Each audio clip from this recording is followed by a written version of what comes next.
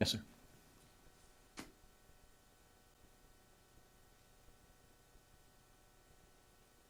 I don't know how long we're all going to sit here and grieve, really.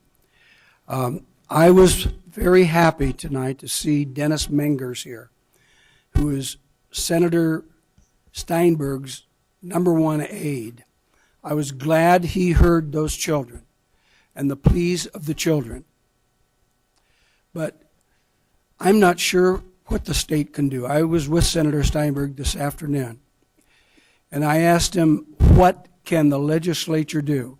They're the ones who fund us. What can they do? And he said, Jerry, we have 3 problems. We have the problem of taxation, which Member Terry referred to, better known as Proposition 13. And you know, the legislature didn't pass that, folks. We passed it. The voters passed that and changed forever in this state the way schools were funded. Because prior to Prop 13, we as a community would say, we're going to raise our taxes. We're going to keep those schools open. We're going to do everything we need to do, and we're going to pay for it. How do I know that?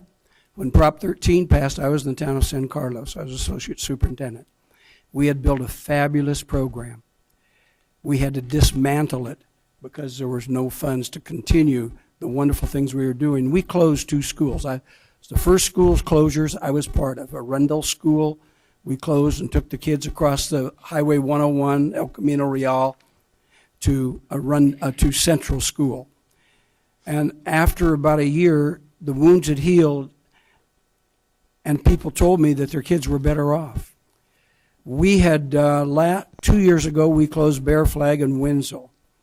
And we heard the same kind of pleas in this room and the same heart-wrenching things we went through. And the people there are saying it's better off to be in a larger school. Last week, I spent 2 days in a school of 800 in Lodi Unified. My daughter's a first grade teacher. And I spent 2 full days helping her in the classroom. She said, Dad, I don't have time to read and assess the kids with this test. Will you do it? And I did. And those precious kids, and that school of 800 is operating really well. 3/4 of the kids are poverty, Latino, Hispanic kids, and their API is 831. Size itself is not inherently bad. And one of my colleagues says it's the people.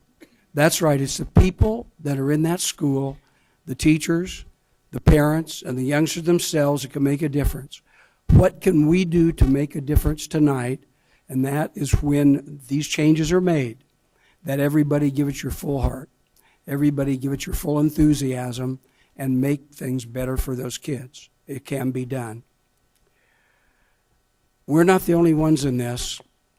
CTA tells us, California Teachers Association, 26,000 teachers in this state were given notice.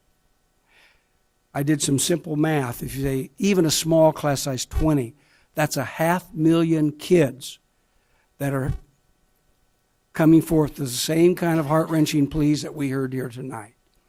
This is a big systematic problem in the state. And folks, I don't know how many of you went to the tax tea party yesterday. I hope nobody went.